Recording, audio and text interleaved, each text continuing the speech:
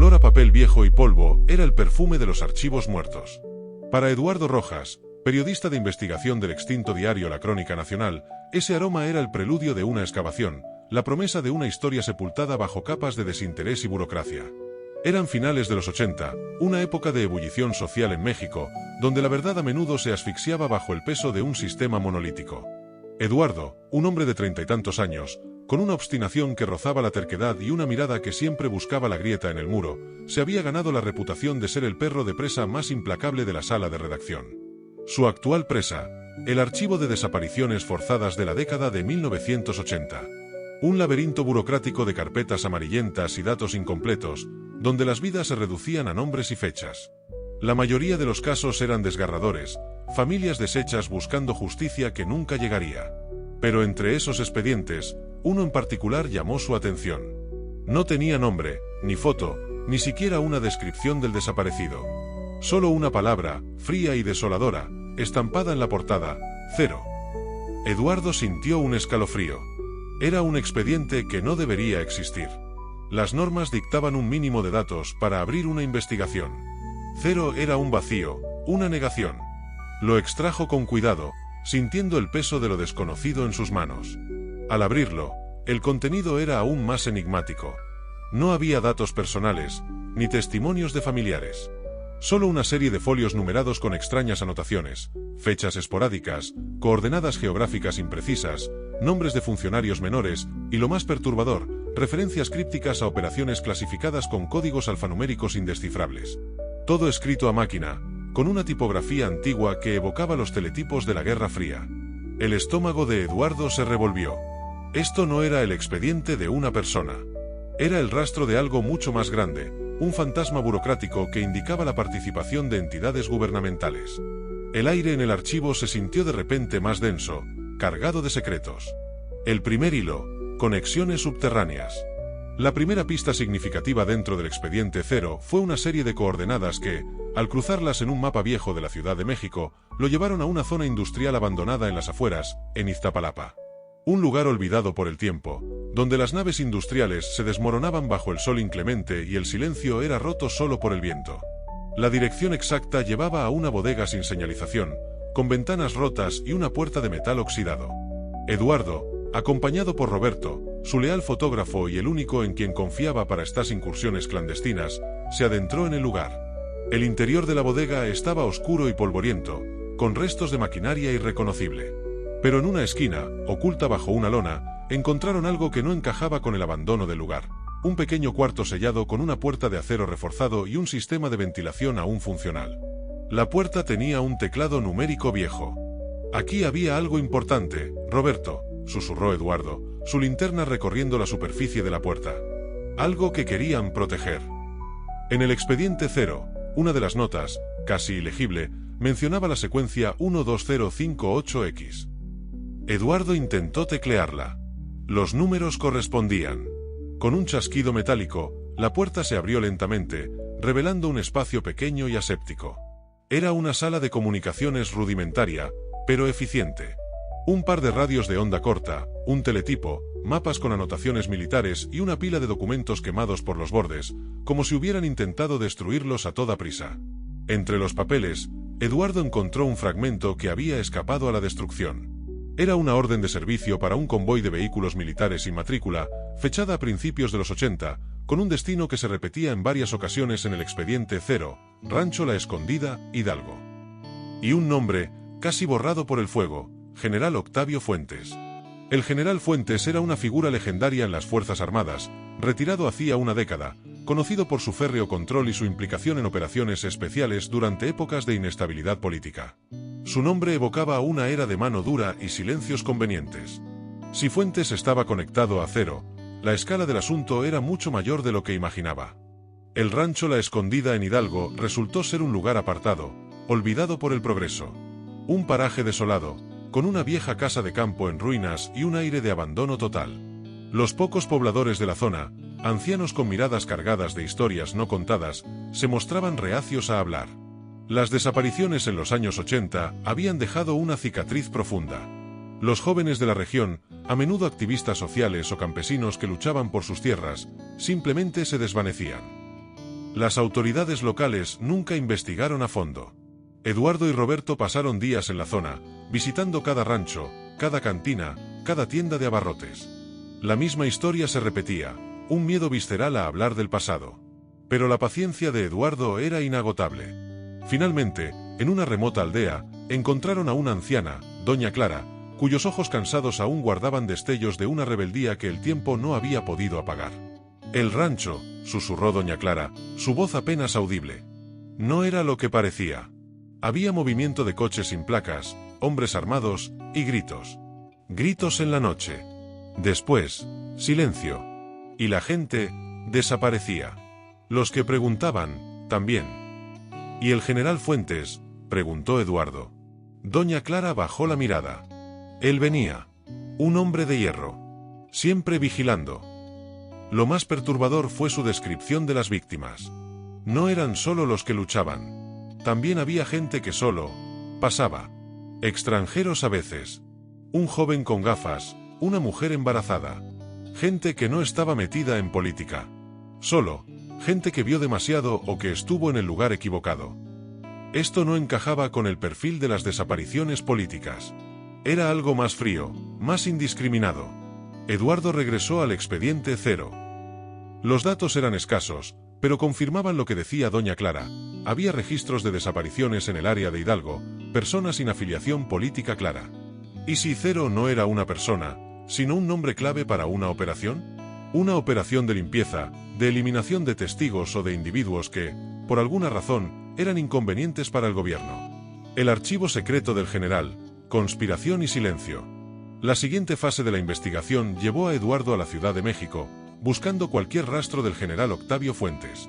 Sabía que un hombre de su calibre no dejaría cabos sueltos, pero también que los hombres poderosos a veces guardaban un secreto, un resguardo personal de su historia.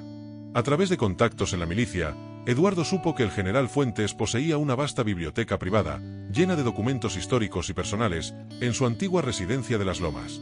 Una residencia que, tras su muerte, había quedado abandonada y estaba a punto de ser demolida.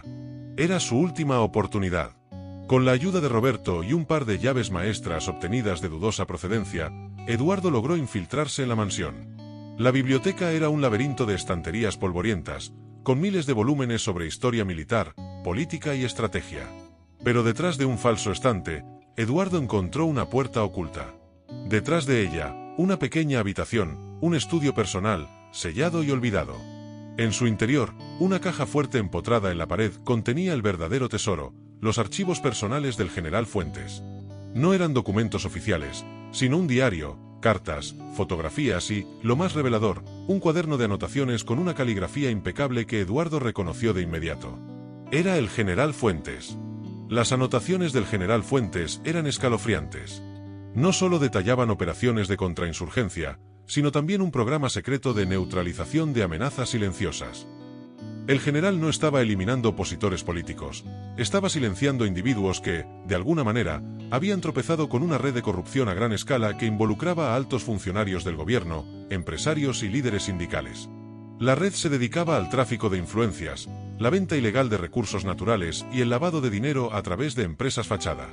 El expediente 0 no era una persona, sino el nombre en clave de la operación encubierta de la Dirección Federal de Seguridad, DFS, encargada de eliminar cualquier rastro o testigo que pudiera exponer esta vasta red criminal. Los desaparecidos de Rancho La Escondida y otras ubicaciones eran personas que habían sido utilizadas, habían visto algo, o simplemente sabían demasiado. El general Fuentes era uno de los arquitectos de esta operación, un hombre que creía en la estabilidad a cualquier costo, incluso si eso significaba pisotear vidas. El cuaderno del general contenía también un organigrama de la red, con nombres y apellidos de figuras prominentes del gobierno. Ministros, senadores, gobernadores, directores de empresas estatales. Era una maraña de poder que se extendía hasta las más altas esferas. Y había una anotación final en el diario del general, con fecha de un mes antes de su muerte, que heló la sangre de Eduardo. La información es el arma más peligrosa. El archivo 0 debe permanecer como tal. 0 rastro. 0 testigos. 0 nombre. Eduardo y Roberto estaban ante la historia de sus vidas. Una revelación que no solo sacudiría los cimientos del gobierno, sino que desenmascararía décadas de impunidad. Tenían las pruebas, nombres, fechas, lugares, el modus operandi de una operación de exterminio institucionalizada. La publicación, una bomba de tiempo. El regreso a la redacción fue tenso. Eduardo y Roberto trabajaron sin descanso, día y noche, procesando la información, contrastando datos, escribiendo la historia de sus vidas. El ambiente en la Crónica Nacional era una mezcla de euforia contenida y un temor palpable. El director del periódico, un hombre valiente pero pragmático, sabía el riesgo que corrían. Publicar esta historia significaba declararle la guerra a una parte muy poderosa del sistema. «Eduardo, ¿estás seguro de esto?», preguntó el director, con el rostro pálido mientras leía el borrador. «Esto es dinamita pura. Nos van a destruir». «Tenemos las pruebas, director. No hay vuelta atrás. La gente tiene que saberlo. Las familias de los desaparecidos merecen la verdad». La historia se tituló Cero, la red del silencio y la sangre. La primera página del diario, a toda plana, expuso los nombres, las operaciones, la implicación del gobierno y el ejército. Fue un golpe devastador. La reacción fue inmediata y violenta. El día que la edición de la Crónica Nacional con el reportaje Cero llegó a los kioscos, México se paralizó.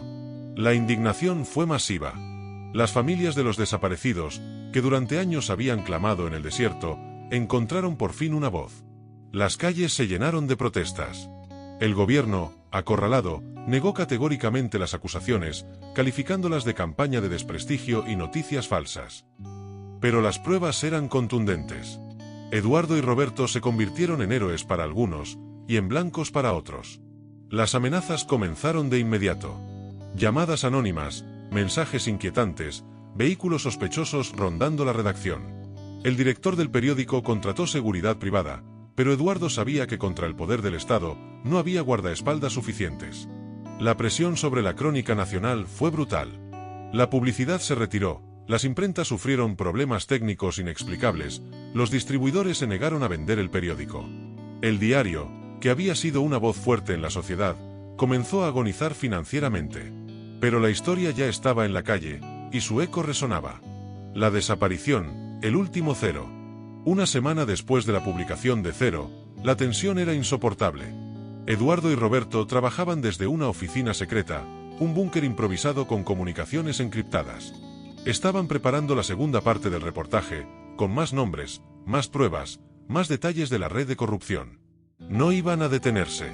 La noche del martes, Eduardo se despidió de Roberto. «Mañana lo tendremos listo», dijo, con una sonrisa cansada pero determinada. Se subió a su viejo Volkswagen Sedán, las calles de la Ciudad de México bañadas por la luz de las farolas. Tenía una sensación extraña, un presentimiento, pero lo ignoró. La adrenalina de la investigación lo había mantenido vivo durante semanas. Condujo hacia su pequeño apartamento en la colonia Roma. Las calles estaban tranquilas, apenas unos cuantos autos y peatones. Al llegar a la esquina de su calle, notó un vehículo oscuro estacionado sin luces. No le dio importancia. Pero al doblar la esquina, el vehículo aceleró y lo interceptó bruscamente, cerrándole el paso. Dos hombres, vestidos de civil pero con un aire de autoridad inconfundible, bajaron del auto. Sus rostros eran duros, sus movimientos precisos. Eran profesionales. Eduardo supo al instante que el momento había llegado. No era un robo. Era el cierre de una cuenta. No hubo violencia, al menos no física. Abrieron la puerta de su coche, lo sacaron con calma pero con firmeza. Sus ojos se encontraron con los de uno de los hombres. Una mirada fría, vacía, como la palabra cero. «Señor Rojas», dijo uno de los hombres con voz monótona. «El archivo se cierra. Definitivamente». Eduardo intentó resistirse, pero una inyección rápida lo hizo sentir mareado. Sus piernas flaquearon. Su visión se volvió borrosa. Sus últimas imágenes fueron las luces de su coche parpadeando en la oscuridad, y el olor a gasolina y ozono que siempre lo acompañaba en sus investigaciones. Cayó al suelo.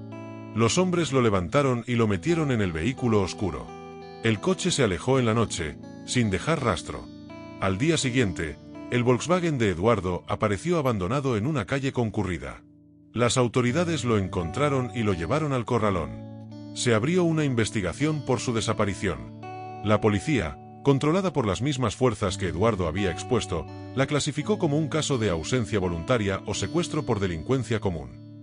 En la redacción de la Crónica Nacional, Roberto sintió un escalofrío al no ver llegar a Eduardo. Intentó llamarlo, pero su teléfono no respondía. Al día siguiente, la noticia de su desaparición se esparció como pólvora.